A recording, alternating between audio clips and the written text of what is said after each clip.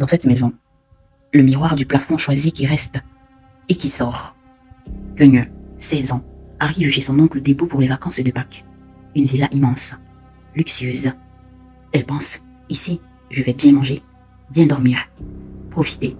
Pas comme chez papa, avec Tati Myriam qui ne m'aime pas. Mais à peine ses valises posées, Debo, son oncle, la fixe. Grave. Tu peux aller partout dans la maison, prendre ce que tu veux. Si tu as besoin d'argent, sur les chevets de lit de toutes les chambres, il y a une enveloppe, tu peux t'en servir. Tu as le droit d'aller dans toutes les pièces de la maison. Mais, il marque une pause. Ne passe jamais devant le miroir du salon après minuit. Queneux regarde partout. Point de miroir. Mais de quoi parle-t-il? Alors son oncle lève la tête. Sur le plafond, il y a un grand miroir. Étrange. Son oncle continue. Ne passe jamais dans le noir. Quoi qu'il arrive, allume. Et si tu oublies d'allumer, ne le regarde pas. Queneux se dit intérieurement. Une règle bizarre. De toutes les façons, elle est connue pour être obéissante, soumise. Elle respectera. Pourquoi sortirait-elle de sa chambre à minuit ou après minuit, se dit-elle. Les jours passent. Tout est calme. Debo est très gentil. Il a 2 enfants. Sa femme en attend un 3e. Elle aussi est très gentille. Les enfants sont très gentils avec Queneux. Quelques jours plus tard, Debo part en urgence pour le travail. Un voyage qui est supposé durer 2 jours. Le soir même, le courant part. La femme de Debo veut mettre en marche le groupe pour qu'il puisse avoir la lumière. Mais la pièce dans laquelle est gardé le groupe est fermée à clé. Et c'est Debo qui a les clés.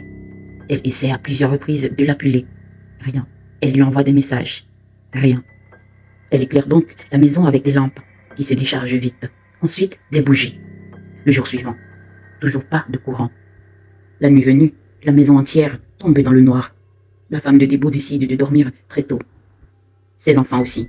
Queneux est elle aussi obligée d'aller dans sa chambre. Elle regarde son téléphone. Elle commence à somnoler. Puis soudain, elle entend des pleurs d'enfants. Ensuite, des pleurs de femmes, puis d'hommes. Elle croit rêver. Mais les pleurs s'intensifient. Elle se lève, appuie sur l'interrupteur de sa chambre. Toujours pas d'électricité. Les pleurs semblent venir de l'autre bout du couloir. De la chambre de la femme de son oncle. Elle sort de sa chambre pour voir ce qui ne va pas. Seulement, pour arriver à l'autre bout du couloir, il faut traverser la pièce principale. Et dans la pièce principale se trouve le miroir. Queneux se souvient de cela et hésite. Elle dit « Tati, c'est toi? Ça va bien ?» Mais les pleurs s'intensifient. Elle regarde son téléphone. Il est minuit. Son téléphone signale 7%. Elle se dit « Je peux mettre en marche la torche et juste traverser rapidement sans regarder. » Elle allume la torche de son téléphone et essaie de traverser la pièce principale en pas rapide. Mais soudain, elle entend des cris, des hurlements d'hommes, d'enfants, de femmes. Ils disent « Pitié, pitié, libérez-nous, sauvez-nous » et les cris viennent du plafond. Oubliant l'interdit de son oncle, elle lève les yeux. À l'instant même, son téléphone s'éteint. Lui qui résistait pourtant et qui quelques secondes plus tôt signalait 7%. Malgré l'obscurité dans la maison, Queneux voit dans le miroir elle-même. Elle sourit. Elle se dit « Ah, mon oncle voulait juste me faire peur. Rien ne se passe. » Seulement, son reflet, lui, ne sourit pas. Elle recule. Il ne bouge pas. Il la fixe d'un regard noir. Il bouge les lèvres. Il semble dire quelque chose. Mais Queneux, elle, n'a pas bougé. Puis, lentement, très lentement, il lève une main. Le cœur de Queneux se met à battre violemment. Elle veut crier, mais aucun son ne sort de sa gorge. Elle veut fuir. Mais son corps ne lui obéit pas. Et elle n'arrive pas à détacher son regard de son reflet qui semble maléfique. Le reflet murmure enfin, d'une voix qui ne semble pas humaine. « Tu as regardé, alors viens. » Et là, les pleurs reprennent de plus belle, des cris, des hurlements. Ils viennent tous du miroir. Queneux, qui n'arrive pas à bouger, aperçoit derrière son reflet des femmes, des enfants, des hommes, fatigués, sales, maigres, leurs mains planquées contre une surface invisible, comme enfermées. Queneux réussit enfin à détacher son regard de son reflet et regarde derrière elle. Il n'y a personne. Ces êtres sont donc coincés dans le miroir. Ou alors sont-ils dans sa tête, se demande-t-elle. Ceux-ci continuent à crier. Remplace-nous, sauve-nous, pitié, aide-nous. Queneux voit son reflet. Regardez cette personne avec un regard très menaçant, puis se retourne vers elle et sourit. Les autres se taisent. Tout d'un coup, une flamme jaillit du miroir, froide. Elle enveloppe Kenyé. Celle-ci n'arrive pas à bouger. Elle réussit tout de même à fermer ses yeux.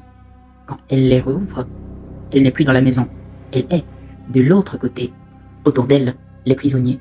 Ils ne pleurent plus. Ils regardent tous dans une direction. Kenyé s'approche. Regarde. Elle voit la maison. Normale. Elle s'assoit sur un banc. Une dame y est également assise. Elle a l'impression de l'avoir déjà vue. Elle lui pose la question. Où sommes-nous? La dame lui dit. Mais chez ton oncle, Debo. Et tu le sais, quelle question bête. Depuis combien de temps êtes-vous là? Demande Kenyé.